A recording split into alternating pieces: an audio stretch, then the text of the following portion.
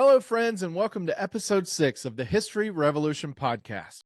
This week, we would like to wish a happy birthday to inventor, diplomat, face of the $100 bill, and founding father, Benjamin Franklin. But before you start this podcast, remember to go to thehistoryrevolution.com/Franklin for your free podcast companion. Now let's get started. Benjamin Franklin was born January 17th, 1706, in Boston, Massachusetts. He was one of 17 kids. Yikes. His father, Josiah, immigrated from England. He was a candle maker and soap maker. Franklin's formal education ended at age 10, but he was a very inquisitive kid, and he read anything he could get his hands on. He briefly served as an apprentice in his father's candle shop before joining his brother's print shop and newspaper as an apprentice. He was in charge of setting the letters and selling newspapers door to door. However, Benjamin wanted to write. James was abusive toward Benjamin and would not let him write in the paper. James was most likely jealous and threatened by Benjamin's talent. Since James wouldn't let Benjamin write in the newspaper, Benjamin came up with a way of tricking his brother. He began slipping articles under the door of his brother's shop. They were written under the pseudonym of Silence Dogood. James liked them, not knowing they were written by his younger brother. 14 Silence Dogood letters were published in the newspaper in 1722. James was upset with his brother when he discovered that he was actually Silence Dogood. James was actually a very early proponent of free speech and was thrown in jail for a couple of weeks after publishing unflattering articles and cartoons about the colonial government and governor. While he was in jail, Benjamin kept the newspaper going. Part of the terms of James's release was that he was no longer able to publish the paper. At this time, the newspaper was published under Benjamin's name. James was ungrateful for Benjamin for keeping the newspaper going in his absence, and the new arrangement actually ended the indenture. Benjamin took advantage of this and fled from his brother.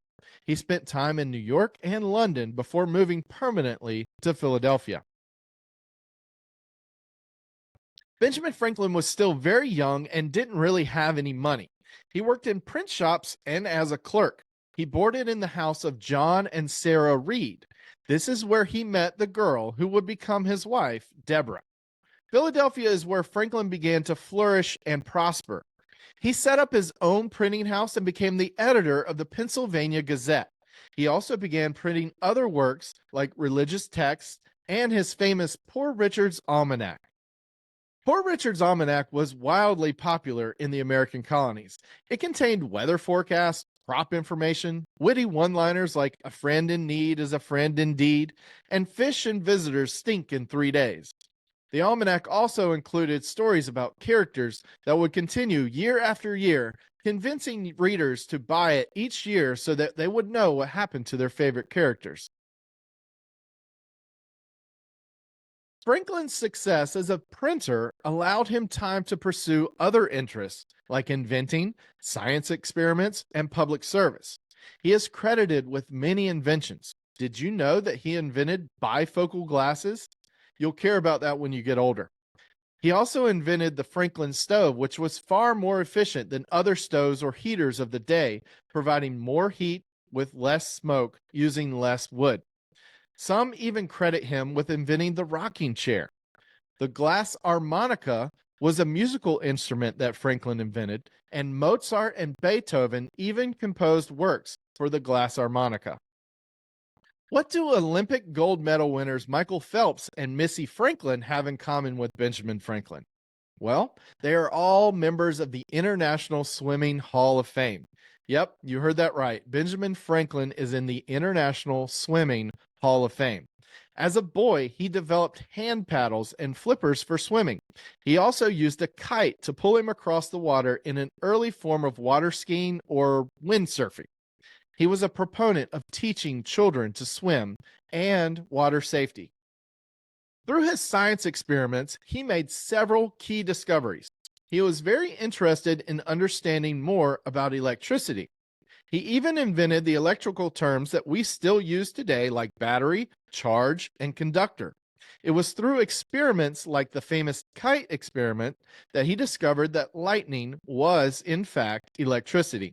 This led him to invent the lightning rod, which has saved countless lives and buildings from fire caused by lightning. Benjamin Franklin is also the first person to map the Gulf Stream. Although the first person to ever write about it was Ponce de Leon in the 1500s, Franklin was the first to map it. The Gulf Stream is basically a river in the Atlantic Ocean that runs from the Gulf of Mexico around the southern tip of Florida, up the east coast of the United States, and then northeast towards northwest Europe. Because of this current, it took ships sailing from Europe to America weeks longer than it took them to sail from America to Europe. Now, once the Gulf Stream was understood, it led to improved travel times across the Atlantic Ocean.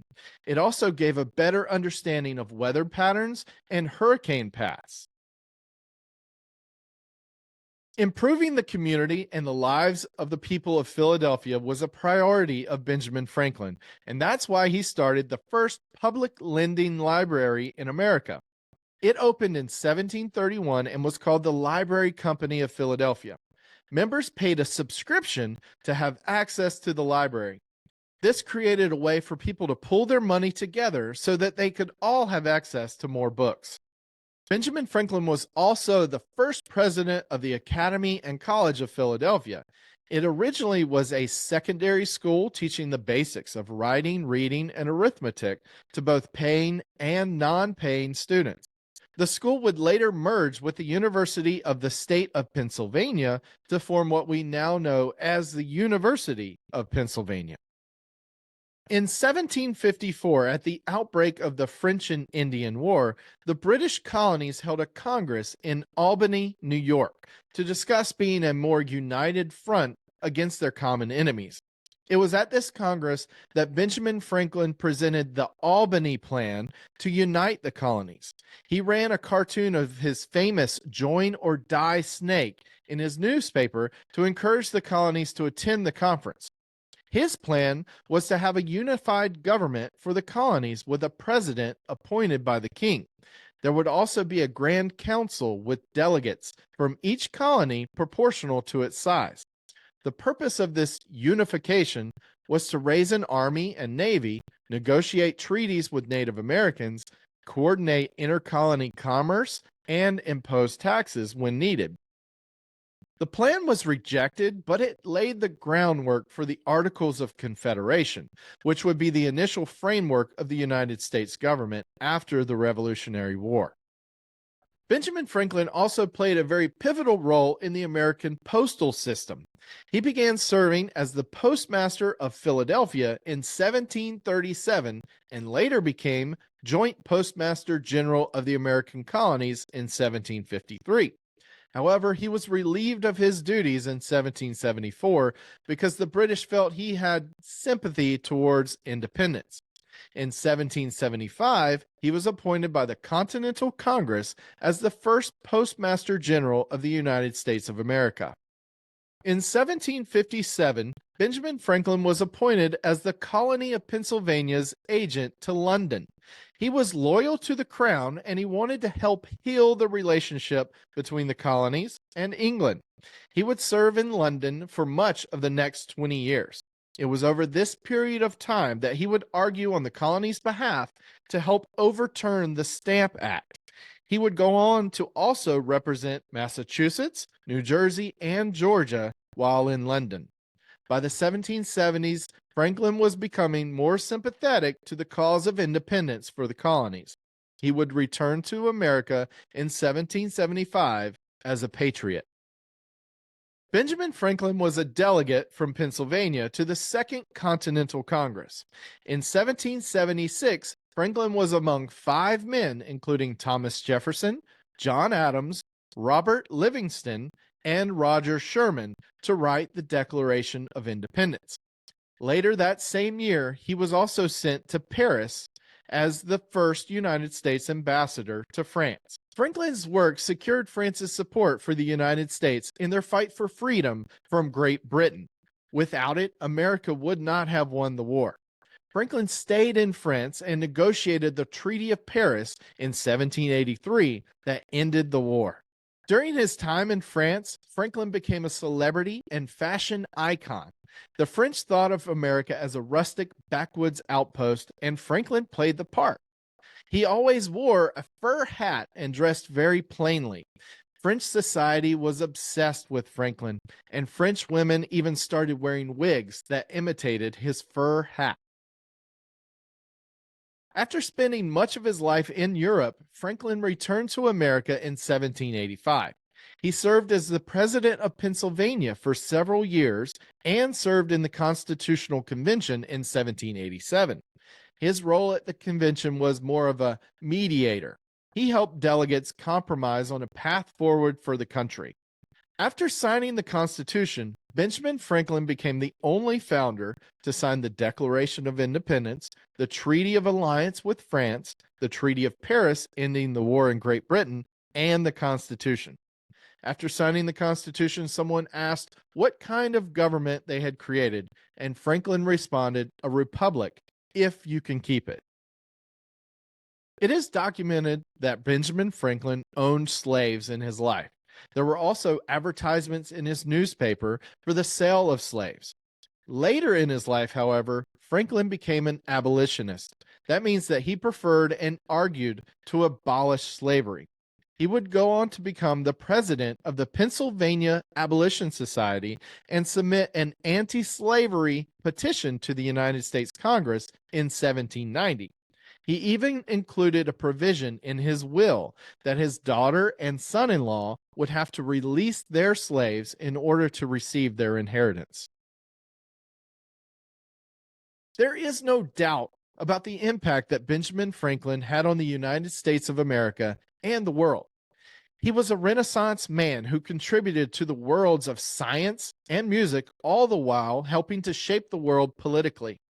Benjamin Franklin died at the age of 84 on April 17, 1790, in Philadelphia, Pennsylvania. In a letter to Thomas Jefferson, John Adams had this to say about Franklin: "The essence of the whole will be that Dr. Franklin's electric rod smote the earth and outsprang George Washington. Then Franklin electrified him, and thenceforward those two conducted all the policy, negotiations, legislations, and war." Thank you again for watching and listening to episode 6 of the History Revolution podcast. Remember, go to thehistoryrevolution.com/Franklin for your free podcast companion. God bless you, and see you again next week.